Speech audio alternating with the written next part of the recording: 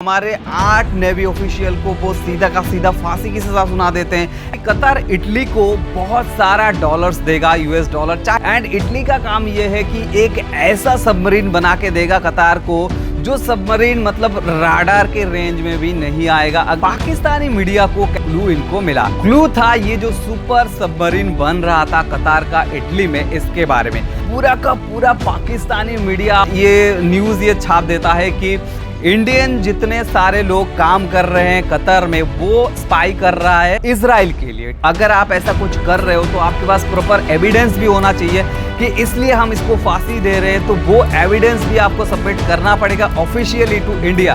एक ही सेल में बहुत सारे लोगों को रखा जाता है, वैसा नहीं रखा गया, सभी को अलग अलग रखा गया, अलग अलग सेल में। सभी के एज भी बहुत ज्यादा है, इतने ज्यादा एज में किसी को शुगर हो जाती है, किसी को प्रेशर की हो जाती है।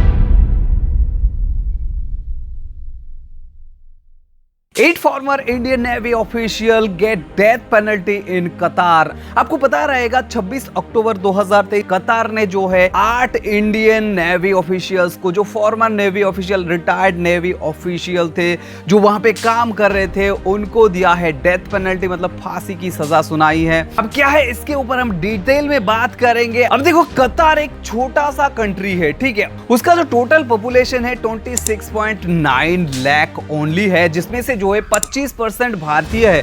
इसका मतलब भारतीय लोग वहां पे बहुत ज्यादा रहते हैं और कतर के साथ हमारा रिलेशन भी इतना बेकार नहीं है, मतलब चलेगा टाइप का है, ठीक है। अब देखो रिलेशन भी अच्छा है, सब कुछ सही चल रहा है, बिजनेस रिलेशन भी अच्छा है, वहां पे बहुत सारे इंडियन कंपनी भी है।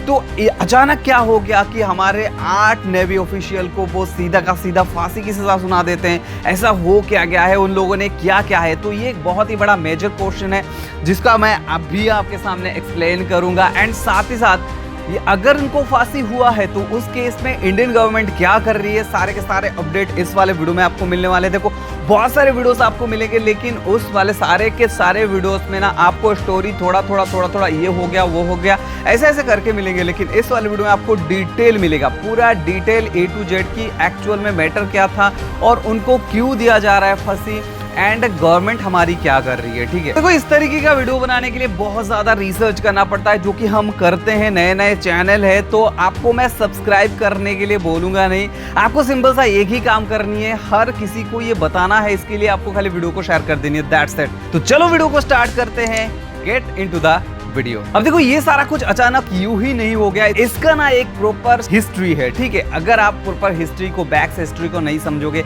तो इस वाले मैटर को आप कभी डिस्क्लोज कर ही नहीं पाओगे। तो सबसे पहला जो हमारे माइंड में क्वेश्चन ये आता है कि अगर वो इंडियन नेवी ऑफिशियल्स है तो वो एक्चुअल में जाके कतार में जाके कर क्या रहे थे? तो सिंपल सा देखो, इंडियन डिफेंस में जो भी जितने लोग जॉब करते हैं, चाहे आपका हो एयरफोर्स हो गया, आपके सोल्जर्स हो गए, या फिर नेवी हो गए, ठीक है, नवल फोर्सेस हो गए, मतलब नेवी में जितने सारे लोग काम करते हैं उनका क्या होता है, उनका एक ऐसा फैसिलिटी उनको मिलता है जिससे जो वो लोग क्या कर सकते हैं, मतलब ईयरली स्टेज पे वो लोग रिटायर हो सकते हैं, एंड उनको एज से पहले रिटायर भी कर दिया जाता है। जैसे अगर एक टीचर के बारे में सोचो तो टीचर अपना जो रिटायर्ड कब होता है, जब उसका एज 60 होता है। बट अगर आप बात करो एक हाई कोर्ट या फिर सुप्रीम कोर्ट के जज की, तो वो कब रिटायर्ड होते हैं? 65 ईयर्स जब उनका हो जाता है तब भी जाके वो रिटायर्ड होते हैं। बट ऐसा नवल में नहीं है, बिल्कुल और बिल्कुल वो ना ईयरली स्टेज में अपना बहुत जल्दी ही रिटायर्ड हो जाते हैं, जैसे कि 50, 52, 55 जो जितना चाहे उतने में वो रिटायर्ड ले सकते हैं, लेकिन एक टाइम होता है उसके बाद वो रिटायरमेंट ले सकता है, ठीक है। तो जितने सारे नवल ऑफिसर्स के बारे में अभी हम बता रहे हैं, 8 जो बता रहे हैं, वो लोग क्या है अर्ली स्टेज में उनका रिटायरमेंट हो गया, एंड उसके बाद क्या हुआ, वो फिर से कंपनी में ज्वाइन हो गए, जो कि कंपनी कतार में था। सभी का नेम भी मैं आपको बता देता हूँ। Former navy captain Navjot Singh Gill, captain Saurabh Vashisht, commandant Purnendu Tiwari, captain Virendra Kumar Verma, commandant शुगुनकर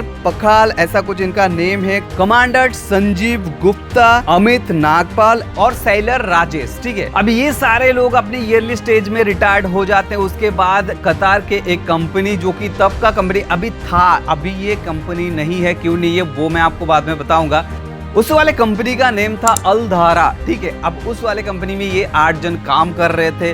अब वो कंपनी करती क्या थी, वो कंपनी एक मतलब कंसल्टेंसी का काम करती थी। अब कंसल्टेंसी क्या है देखो, अब ये सारे के सारे जहाज वगैरह, पनडुब्बी वगैरह, सबमरीन वगैरह जो होते हैं ना, उन सभी के ऊपर ये लोग पूरा का पूरा महारत हासिल थे और इन सभी के ऊपर ये लोगों को ट्रेंड भी कर सकते थे। एक्चुअल में जो कंपनी है ना, वो क्या करती है, मतलब समझ लो कि अभी अभी किसी भी देश ने सबमरीन खरीदा या फिर जहाज वगैरह खरीदा, तो वहाँ पे उनको चाहिए होता है सजेशन कि उन्होंने कभी भी इसका इस्तेमाल किया नहीं रहेगा हो, तो ये कंपनी क्या करती है, उन सभी को कंसल्ट करती है, सजेशन देती है, ठीक है। तो ये सजेशन का काम करती है एंड उन सभी देशों से ये पैसे भी कमाती है, ठीक है। तो बेसिकली हम जो है डायरेक्ट टर्म में कहे तो सेलिंग से रिलेटेड जितने सारे इंफॉर्मेशन है, उस वाले इंफॉर्मेशन को ये दूसरे देशों के साथ, दूसरे कंपनीज के साथ शेयर करते हैं एंड जिसके बदले वो फीस को चार्ज करते हैं, उसी से कंपनी का अर्निंग होता है, ठीक है। तो ये मैटर था अलदोहरा कंपनी का, ठीक है।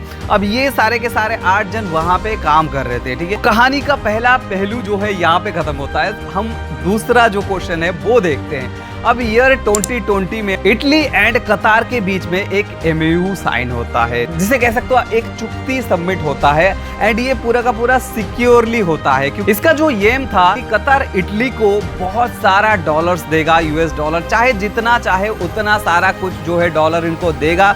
एंड इटली का काम यह है कि एक ऐसा सबमरीन बना के देगा कतार को, जो सबमरीन मतलब राडार के रेंज में भी नहीं आएगा। अगर यहाँ पे गुजरता है तो राडार भी उसको डिटेक्ट नहीं कर पाएगा, ठीक है। तो इस तरीके का सबमरीन बना के देगा इटली, किसको, कतार को।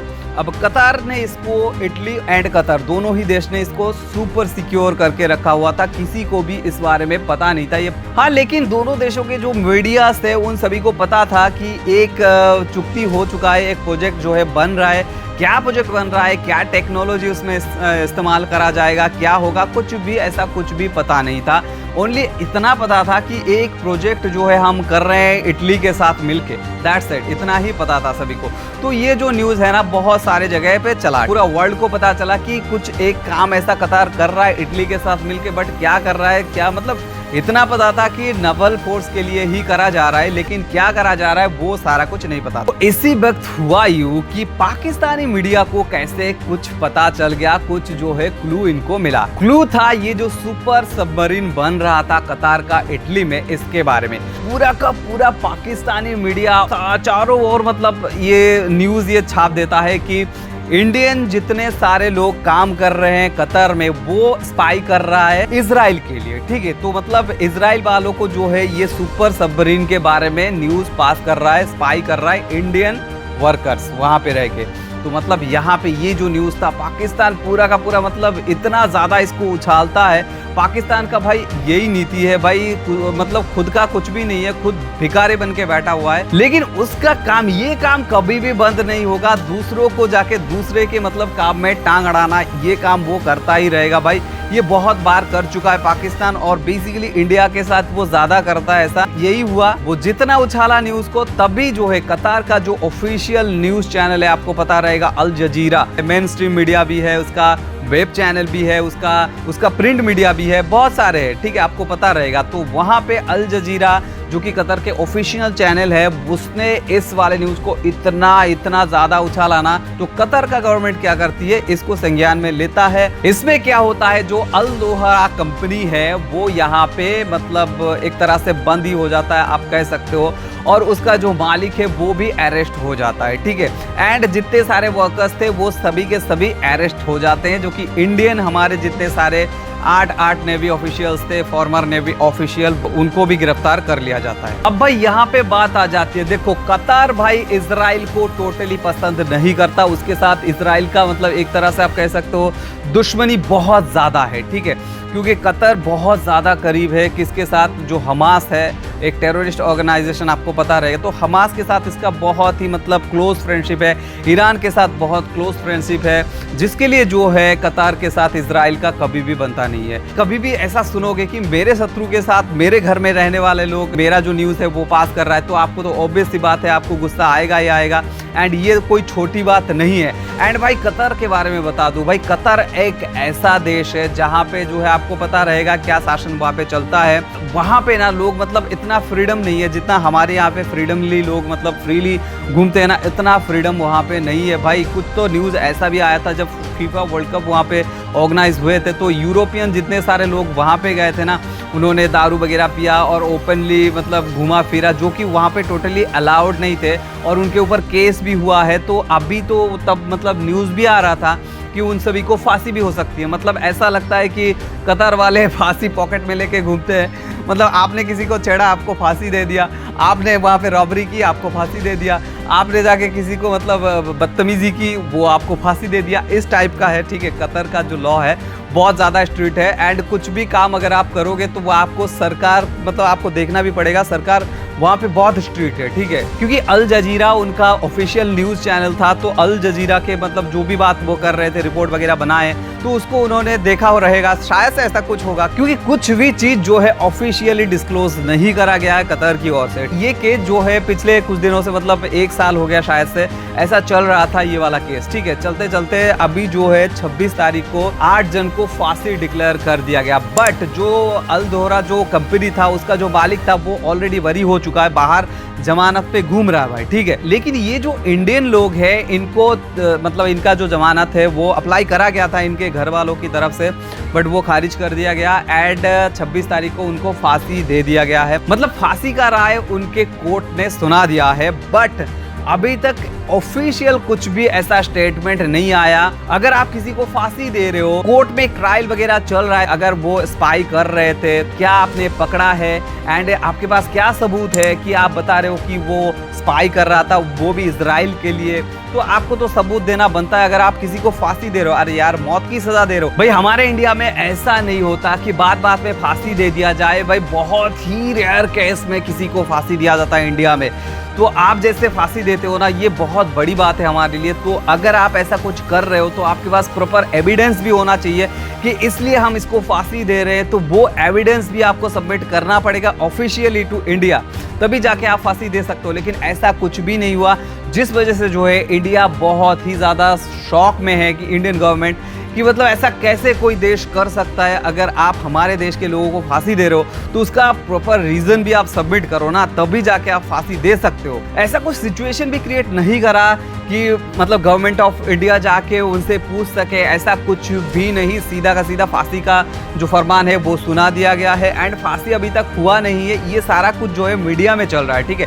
अभी तक कुछ भी ऐसा ऑफिशियल स्टेटमेंट हुआ ही नहीं, ठीक है। एंड ये भी सुना जा रहा है कि जितने सारे 8 लोग भारतीय लोग थे उन सभी को ना मतलब अलग अलग सेल में रखा गया है। जैसे कि जेल में क्या होता है ना, एक ही सेल में बहुत सारे लोगों को रखा जाता है, वैसा नहीं रखा गया, सभी को अलग अलग रखा गया, अलग अलग सेल में। इतने सारे 8 लोग हैं ना, इन सभी के एज भी बहुत ज्यादा है, 50 से ऊपर है, किसी का 60 से भी ऊपर हो सकता है। तो इन सभी को मतलब देखो इतने ज्यादा एज में किसी को शुगर हो जाती है, किसी को प्रेशर की हो जाती है, तो इस तरीके का मतलब एज ज्यादा होने पर बहुत सारी बीमारियां हो जाता है। आपको हर वक्त दवाई लेना पड़ता है, लेकिन इन सभी को अलग अलग रखा गया है।